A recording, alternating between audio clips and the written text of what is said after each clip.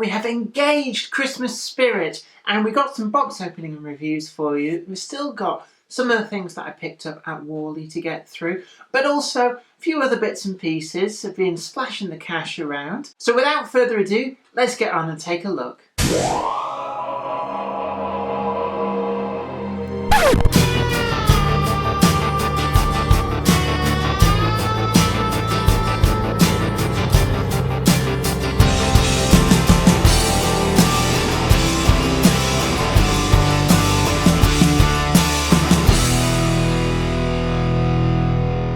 What we have here is one of the Bachmann Class 44 diesels, otherwise known as Peaks.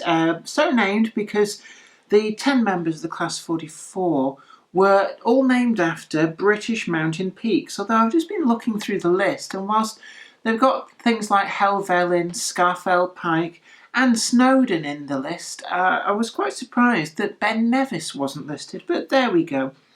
It's a slightly older model. We can see it's got the older style Bachmann box, and we've got the catalogue number 32651. This is Class 44 diesel Penyghent.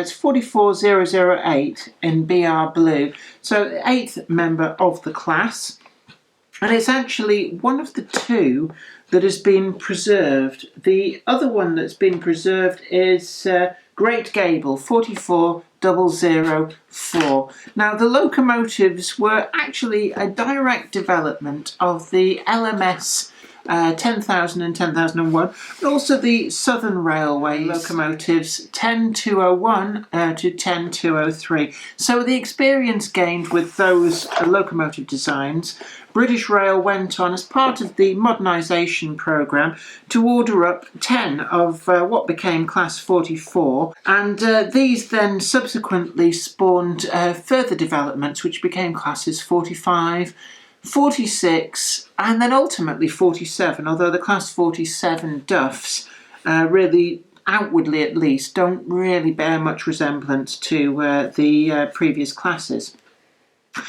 We've got our little cheat sheet here with the photograph of 44001, which was Scafell Pike. We've got also got the exploded diagram, all the usual bump that you get with these. So there's a lot of bits of paper. I need to put all these to one side. And also should be noted is you get little etched name plates that you can fit as well if you so like. They are printed on the side of the locomotive, but some people do favour these etched name plates. So we've got them there on an etch in a bag and ready to fit if you so desire. I'm actually normally quite happy with the printed nameplates, so I'm not really going to bother with that. On the back we get a little bit about the class history, so it pretty much tells you a lot of what I've already said.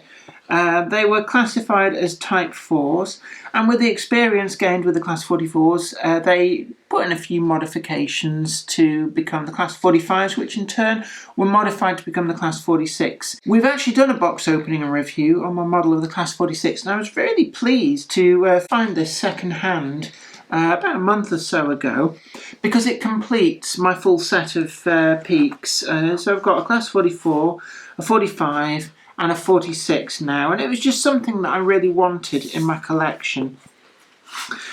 It's a model that Bachmann introduced quite a while ago, and as a derivative of the old mainline models, but it's been retooled several times, so don't believe that this is actually the model that Mainline originally tooled, because it's been so popular it's probably appeared in pretty much every guise, every member of the class, in every livery that each of those wore. So we can see that as a later release we've got the smaller style couplings on there, and they are fitted into NEM pockets, and they're actually quite a curious design because they have no sideways lateral movement. They're kind of, the pocket there is moulded into the front of the bogie beams.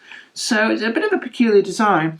But these locomotives were truly massive, and these bogies are a very strange construction, and certainly with model railway radius curves, they've had to come up with a bit of a solution to get these to go round quite tight curves. In reality, they wouldn't have gone round anywhere near as tight a curves. as what the model form can. Now, let's just feel there. We've got driven, and an idler. So we've got a pivoting set of wheels on the front there. Then we've got two sets of driven wheels, and then this on the back is an idler. And feeling there, yeah, it's the same for both bogies. But the haulage capacity, when I've had this running, and it did actually a little teaser trailer for you, it did appear in the last Trains Going By video that we filmed. So you can see it at work, and it really just romped away with stuff quite readily. The real ones were fitted to be able to work in multiple, and actually this Class 44 does show an example of the nose doors, which in reality were never ever used because they were deemed completely unsafe. When you had two of these locomotives coupled together, the swing at the front, when they're going round curves, were actually great enough on some of the tighter curves that it would pull the connecting doors apart. So quite understandably, members of staff were a bit reticent about the idea of using them, so they didn't last long. Bachmann have actually introduced across the 45s, the 46s and the 44s pretty much all the different combination of detail differences, but the Class 44s being a pioneer of the design, they tend to have the earlier style fronts unless they'd been accident damaged and repaired. So we've got there the nose connecting doors. They've also done, certainly in the Class 45s and 46s, flush front, ones with what look like sort of a domino head code as well, split either side or just straight across, I believe. They've done a fair few different detail differences between the different members of the various classes of peaks. So what could actually be seen superficially as a simplistic model, there is a lot of very subtle detail going on. We've got actually a very reasonable rendition of the body side grills, and when you hold it against the light, it does give an impression of there being an actual structure behind there. I don't know how well that's going to come out, but yeah, we've got this indication of the actual substructure that's inside there, and I quite like that. It's very nicely realised. We've got plastic handrails, and these are actually quite prone to damage. I had to repair out of the box one of them with glue, and certainly later on Bachmann moved on to metal handrails, which actually were a much better idea. Looking on the underside, we've got some holes in the bottom of the central battery boxes, and I think that is to provide some kind of accommodation for the possibility of fitting this with DCC sound. Now, if I go and have a look at the box, now there's no real mention of DCC chips, so it has to be said, I'm speculating there a little bit. It may be that this locomotive is DCC ready, but I'm not sure. Looking at the box, there's no mention on the end flaps, and as I don't run DCC, I haven't really delved in there to have a look. Certainly the later models across 44, 45 and 46 do come ready fitted with DCC slots, but it's something that I know the Class 24s and 25s, the very early ones, whilst they weren't hard fitted with a DCC socket, they did have the solder tab points on the PCB board to enable fairly easy fitting to such things. The detail is perhaps not quite as out there as some of the much more recent models, but even so, as a stalwart for the fleet, I'm more than pleased with these. And it's interesting to note, a lot of these bogies of withdrawn members of Class 44s, 45s, 46s, and more so Class 40s as well, which shared a similar design, were actually converted into use as propelled snowplows. So actually some of these still exist in use in their new role on the network today, and Hattons have commissioned a manufacturer to produce the snowplows that were derived from the bogies from these locomotives. The cab glazing, well, it's reasonably flush, but you can see the depth to the perspex.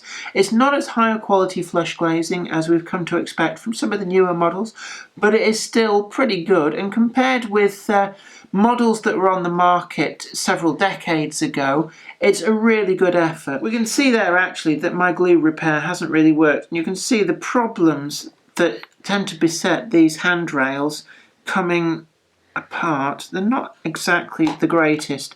Livery application, it's pretty clean. This particular livery, well, there's not really a lot special to it. There's very little in the way of bleed over on the yellow front. Certainly, sometimes you get a very fuzzy edge. And when I look closely, that is pretty crisply applied. There's a small amount of fuzziness just down by the grille, and if I look closely on the other side, yeah, a little bit across the top of the bonnet. So it's not as crisp as it could be, but certainly with regular viewing, it isn't really a problem. We've got the double arrow either end, and then we've got the number 44008 and the TOPS data panel underneath. We've got a printed rendition of the name, but of course, if that's not really of a high enough standard for you, as I said before, it does come with very handy etched nameplates, which can just be very neatly glued over the top of that, so that's quite handy. We've also got the overhead warning flashes denoting a locomotive probably towards the very tail end of its life. They were all withdrawn between 1976, bulk in 1977, 79, 78, and the very last three were withdrawn in 1980. Two of those that were amongst the last to be withdrawn were actually saved for preservation, including Penyghent. The buffers as well. We've got sprung buffers, but that's pretty much standard as we would expect.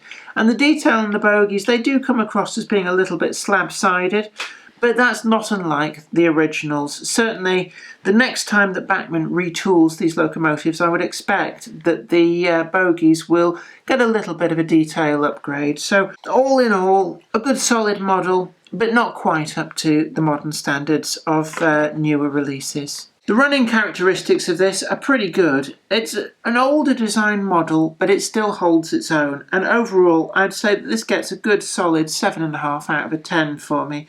Anyway, I hope that was really informative to you. Don't forget to like this video, share it too, and also subscribe to the channel. And you'll be the first to know about new videos as and when they go up. But you take very good care of yourself. And this is me, Jenny Kirk, saying until next time, bye for now. Today's video has been brought to you by my books, Bringing Home the Stars, Twinkle Little Star, and also you can get the complete comic collections of All Over the House, Books 1, Books 2, and also the wacky zany Life of Knob T. Mouse. Thanks, and catch you later.